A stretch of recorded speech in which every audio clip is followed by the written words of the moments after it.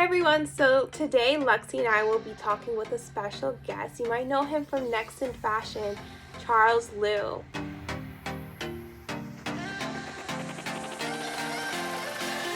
Tell us a little bit about yourself, your background, and how everything started. I'm a Hamilton-born designer. I've studied in London and I've also worked in Dubai. What inspired you to design? I got into design because when I was little I was surrounded by art and I did that for myself. And I always wanted to be an artist, and then I applied that to the medium of fashion. And I slowly got into designing for my sisters, my mother, and I eventually built a substantial portfolio by the time I was in high school. Where did you meet your former employer? I found Arushi Couture through LinkedIn, and they were looking for a head designer. And I submitted my application, and then within, I think, less than a year, I moved to Dubai to work for Arushi Couture as their head senior designer, which eventually moved to more of a creative directorial position. Please share your story with us and how you lost $100,000.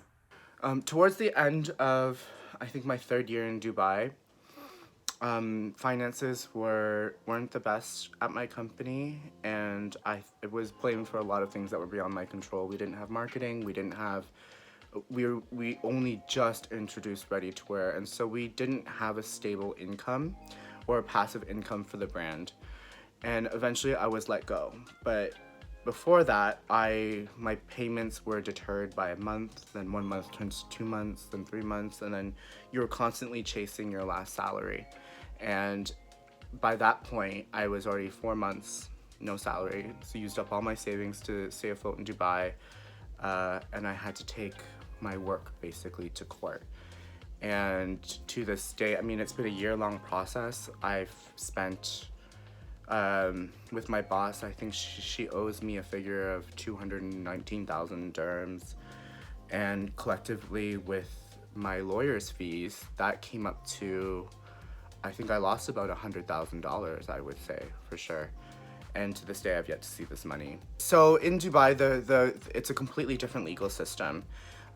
So I have power of attorney right now, and it's been over a year-long process of me getting all the documentation together, and eventually the courts did side with me. But in terms of my boss actually getting those funds to me, it still hasn't happened.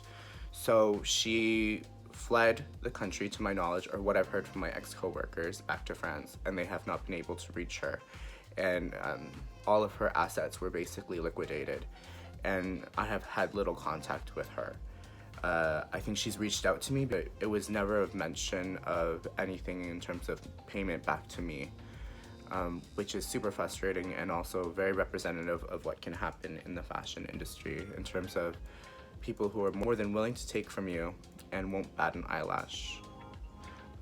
Or won't think twice about doing so. What are some of the changes you would like to see in the Canadian fashion industry? I would definitely like to see Canadian fashion have a more open attitude in terms of letting newcomers in and also nurturing those talents, because I think Canada being so young, we don't have a very clear identity in terms of our fashion, and living in Dubai, living in London, you really see what their identity is about, their style, whereas Canadians are a little bit more utilitarian, and I think that may be a good thing, but it also hinders creative growth. There's a lot of talent within Canada, a lot of talent, and I'd like to see more showcasing of that, and also more funding from the government to really support our arts and culture and really take it seriously. What advice would you give to other designers like yourself? You should go into design if you feel like you should add something that doesn't exist into the world, because originality is the driving force in fashion, in design. It's when you start to question things and make things different that it becomes interesting. And I don't think you should be further polluting the design space with something that pre-exists already just because you want to be the next big brand or the next Gucci or the next this. Ultimately it should be an expression of yourself. And I think honesty and truth and authenticity are very much needed in this space today. And I think you should always be putting this idea of yourself first in terms of your design experience, and not be always borrowing from what's happening around you. And that's really important because that's the first part. The second part is once you have that sense of originality and your voice, you'll find in this space that you should be naive. You shouldn't be naive, but you should be very open to absorbing information and learning. But in that process, when you find that voice and it becomes more valuable, you need to protect yourself, because there are people who want to take from you, and like they have taken from me. And I think it's very important that you safeguard yourself and you learn from each experience. And if you know that what you're doing in your own design is worthwhile, has power, has originality, it really is a reflection of the value that you're adding into the world. So definitely protect that. Save those contracts, print everything out, record every email conversation, have it in writing, because really that's, at the end of the day, that's what people look for. And I think design accountability. With everything that happened, so what are you doing next? The whole point of the GoFundMe was basically to take something that was a really negative experience for me and not only reclaim it and make it known, but also take something really horrible and bring something very beautiful out of it. So I wanted to take a situation where someone really took from me, and I wanted to turn it on its axis and say, and have it be all about the support, all about the love. And that's really fueling me to work on my collection right now. And I'm calling it a one-man brand, a one-man show. I'm literally doing everything from sourcing to creating to pattern making to sewing, every single thing in this collection. I don't have any help. And I kind of prefer it that way at the moment, just because it can be the most honest expression of my work, because for the last decade I've worked for other people. And even though it was very much my work, I always had to compromise in one way or another. And I think great design comes from constraint as well, but I think in this particular case, it's going to be something I can fully stand behind, because at the end of the day, it's created with my own hands. I call the shots.